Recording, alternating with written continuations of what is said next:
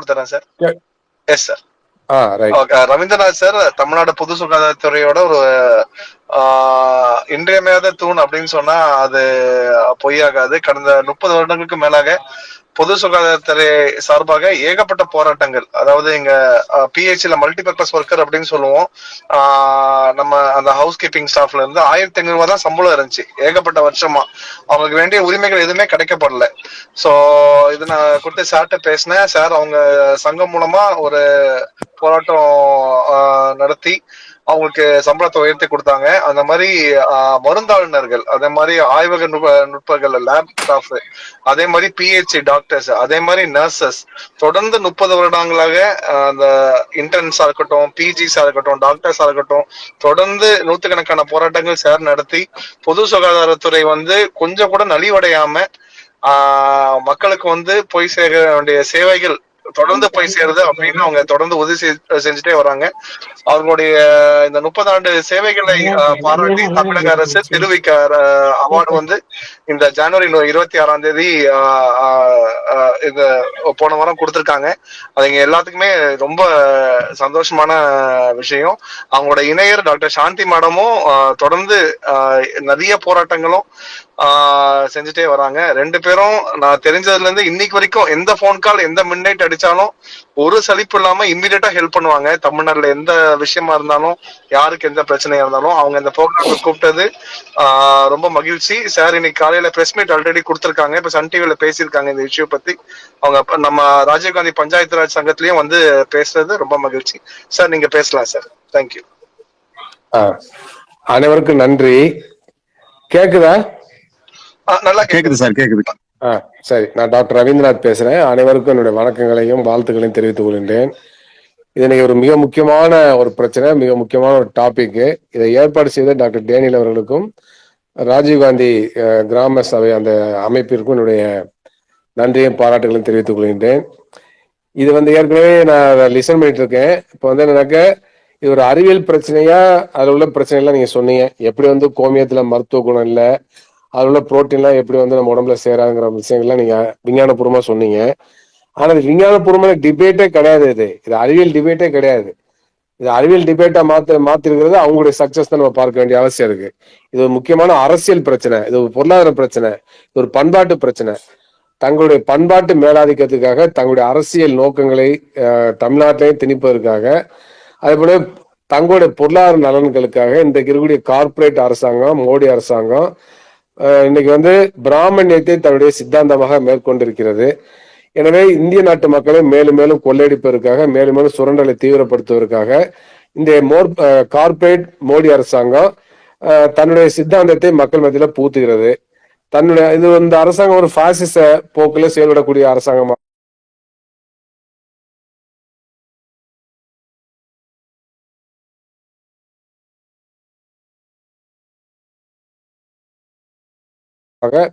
பாசிச வழிமுறையை கையாளக்கூடிய ஒரு அரசாங்கமாக, ஒரு பாசிசத்தை இந்தியாவில் கொண்டு வரக்கூடிய ஒரு முயற்சியை மேற்கொள்ளக்கூடிய அரசாங்கமா இருக்கிறது. எப்பொழுதுமே பாசிசம் என்ன பண்ணுனாக்க ஒரு பொது எதிரியை உருவாக்கும், வெறுப்பு அரசியலை பரப்பும், அதுக்கு பல்வேறு வழிமுறைகளை கையாளும். எனவே அந்த அடிப்படையில பாத்தீங்கன்னாக்க இன்றைக்கு பசு புனிதமானது என்ற கருத்தை கொண்டு போக நினைக்கிறாங்க. அதை மேலும் வலுப்படுத்த நினைக்கிறாங்க. இந்த போராட்டம், இந்த அரசியல் ரீதியான, பண்பாட்டு ரீதியான, இந்த பொருளாதார ரீதியான இந்த பிரச்சனை என்பது ஏறத்தாழ 2000 ஆண்டுகளாக இந்தியாவில் நீடிக்கிறது. அப்ப இந்த 2000 ஆண்டுகளாக நீடிக்கக்கூடிய இந்த பிரச்சனையில தமிழ்நாட்டுல இந்த அரசியல் ஈடுபடல. எனவே தமிழ்நாட்டுல இந்த அரசியலை கொண்டு போகணுங்கிறதுக்காக தான் இன்னைக்கு ஐஐடியுடைய இயக்குனர் நம்முடைய காமகோடி அவர்களை பயன்படுத்தி கொண்டு இன்னைக்கு பசுமாட்டு அரசியல் தமிழ்நாட்டிலும் திணிப்பதற்கான முயற்சியை அவங்க மேற்கொள்றாங்க. உலகம் முழுவதும் பண்டைய நாகரிகங்கள் எல்லாத்திலுமே பண்டைய மருத்துவ முறைகள் இருந்திருக்கு.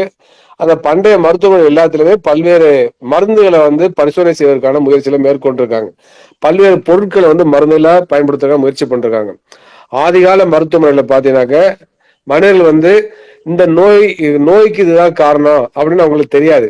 நோய்க்கான காரணங்கள் தெரியாத ஒரு காலகட்டத்துல அவங்களுக்கு மனிதர்களுக்கு அப்பாற்பட்ட சூப்பர் நேச்சுரல் பவர்னாலதான் நோய்கள் வருதுன்னு அவங்க நினைச்சாங்க, கருதினாங்க. இன்னைக்கு அறிவியல் தொழில்நுட்பம் வளரல. அதே மாதிரி உழைப்பு கருவியில் எந்த விதமான முன்னேற்றம் இல்லை. இயற்கைக்கு முன்னால பலகீனமாக மனிதர்கள் இருந்தாங்க. அப்படிப்பட்ட காலகட்டத்துல ஒரு குறைந்தபட்ச அறிவியல் கூட வளராத ஒரு காலகட்டத்தில் வந்து மக்கள் என்ன நினைச்சாங்கன்னா தமக்கு மேல உள்ள சூப்பர் நேச்சுரல் பவர் தான், நமக்கு அப்பாற்பட்ட சக்தி தான் காரணம் நினைச்சாங்க. எனவே அவற்றை திருப்திப்படுத்துறதுக்கான பல்வேறு முயற்சிகள் மூலமாக நம்ம வந்து நோயில இருந்து குணமடையலாம்னு நினைச்சாங்க. அப்ப வந்து அந்த அடிப்படையில வந்து மந்திரங்கள், மாந்திரிகம், மேஜிக்கு இது மூலமாக வந்து நோய்களை குணப்படுத்த முடியும்னு அவங்க நம்பினாங்க. ஏன்னா அப்படிப்பட்ட காலகட்டத்தில இருந்து மாறி முன்னேறி அடுத்த கட்டமாக நோய்களுக்கு சில காரணங்கள் இருக்கு, அந்த காரணங்களை வந்து நம்ம சில மருந்து பொருட்களை பயன்படுத்துவதன் மூலமாக குணப்படுத்த முடியும்னு அடுத்த கட்ட வளர்ச்சியை நோக்கி முன்னேறினாங்க. அவ்வாறு முன்னேறின பொழுது பாத்தீங்கன்னாக்க தங்களுடைய சுற்றி இருக்கக்கூடிய சுற்றுச்சூழலுடைய உங்களுக்கு வந்து தாவரங்கள் மூலிகைகளை வந்து பயன்படுத்தணும்னு வந்து கேக்குதா? கேக்குது கேக்குது கண்டிப்பா. தாவரங்கள் மூலிகைகளை பயன்படுத்துறதுக்கான ஒரு பிரிமிட்டிவ் ஸ்டெப்ஸ் அவங்க எடுக்கிறாங்க. அந்த மாதிரி எடுக்கின்ற பொழுது பண்டைய நாகரிகங்கள்ல வந்து ஏராளமான மூலிகை வந்து ஆராய்ச்சி பண்றாங்க. அன்னைக்கு வந்து மருத்துவத்துக்குன்னு தனி டிவிஷன் ஆஃப் லேப் எல்லாம் கிடையாது. இவங்க எல்லாம் மருத்துவர்கள், இவங்க எல்லாம் மருந்து உற்பத்தி பண்றவங்க, இவங்க எல்லாம் நர்ஸு, இவங்க எல்லாம் பார்மசிஸ்ட், அந்த மாதிரி எந்த விதமான டிவிஷன் ஆஃப் லேபரும் கிடையாது, உழைப்பு பிரிவினையும் கிடையாது. எனவே அப்படிப்பட்ட ஒரு காலகட்டத்தில் ஒட்டுமொத்த சமூகமே தங்களுக்கு நோய் வருகின்ற பொழுது மூலிகளை தேடி அலைஞ்சாங்க, மருந்து பொருட்களை தேடி அலைஞ்சாங்கன்னு பார்க்க வேண்டிய அவசியம் இருக்கு.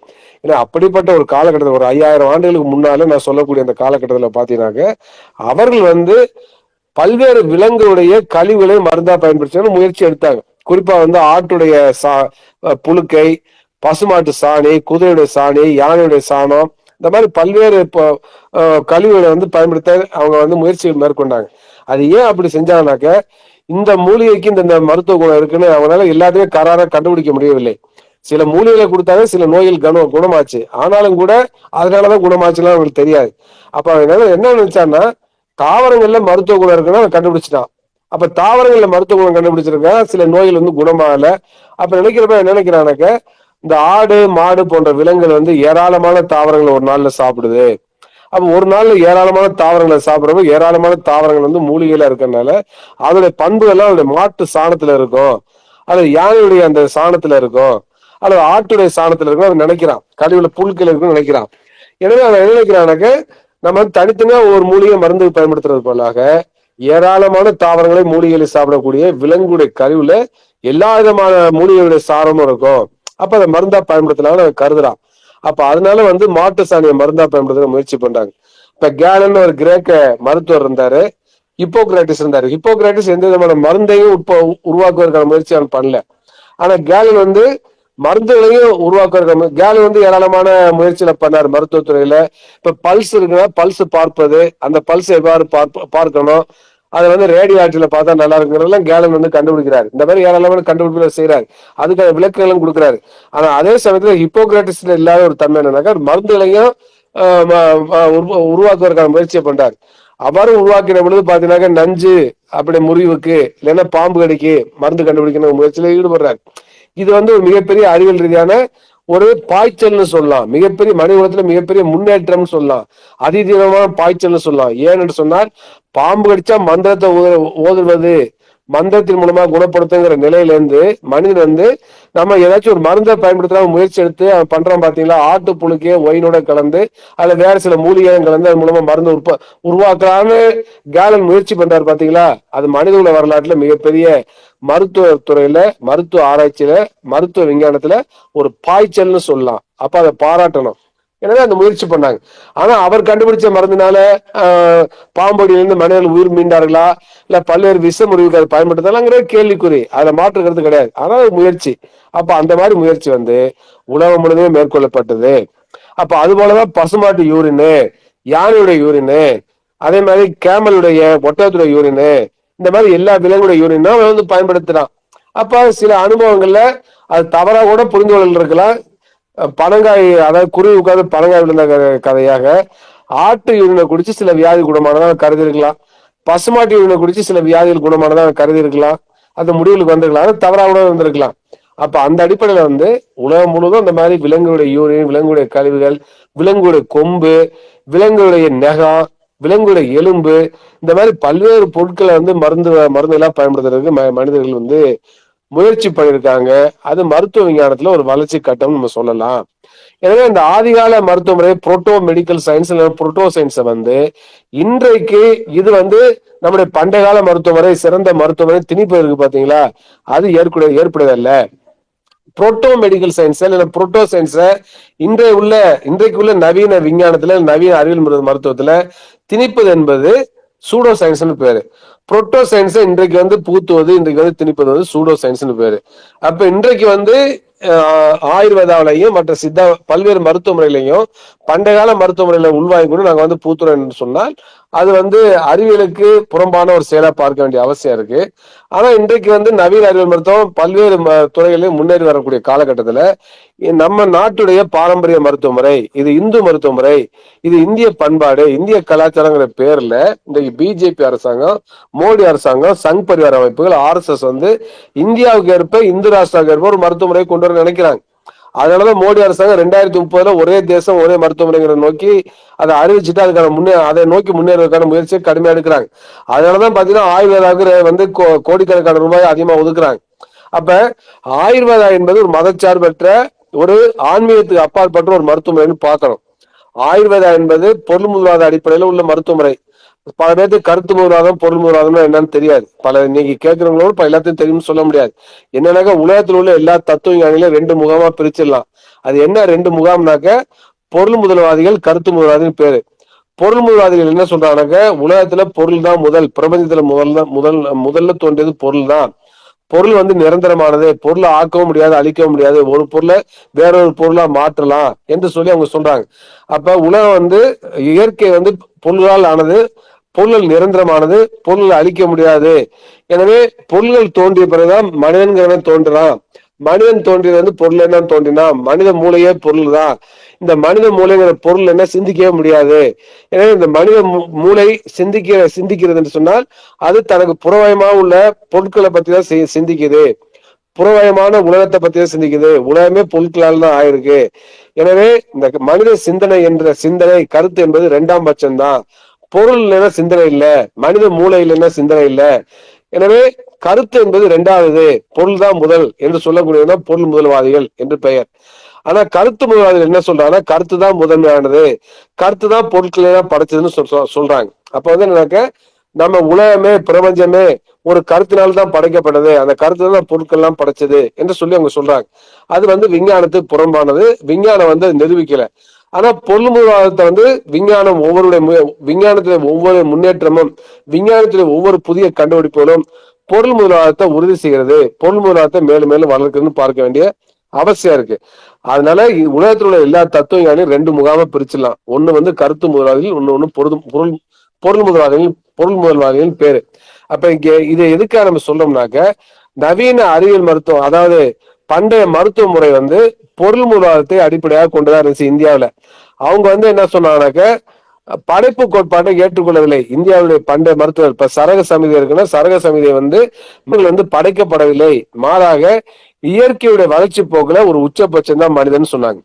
பஞ்சபூதத்தால் மனித உடல் ஆயிருக்கு, இயற்கை உள்ள பொருட்களால் தான் மனித உடல் ஆயிருக்கு. மனிதனுடைய உடல்ல இருக்கக்கூடிய பொருட்கள் எல்லாம் இயற்கையில இருக்கு, இயற்கை உள்ள பொருட்கள் மனித உடல்ல இருக்குன்னு சொல்லி சரக சமிதி சொல்லுது. அப்ப இது மிகப்பெரிய அறிவியல் ரீதியான ஒரு முன்னேற்றம். மருத்துவத்துல ஒரு பொருள் முதல்வாத கருத்தோட்டம், இது மிகப்பெரிய முன்னேற்றம் அறிவியல்ல, மருத்துவ அறிவியல்ல. அப்ப பண்டைய மருத்துவடைய இந்த கருத்து பொருள் முதல்வாத கோட்பாட்டு அடிப்படையில் அது படைப்பு கோட்பாட்டுக்கு எதிராக இருந்துச்சு. இந்த கருத்து மிகப்பெரிய ஆபத்தை அச்சுறுத்தலை யாருக்கு உருவாக்கினுச்சுனாக்க அன்றைய காலகட்டத்தில் இருந்த கருத்து முதல்வாதிகளுக்கு, குறிப்பாக பிராமணிய சித்தாந்தவாதிகளுக்கு, சனாதன தர்மத்தை போதித்தவர்களுக்கு அது எதிராக இருந்துச்சு.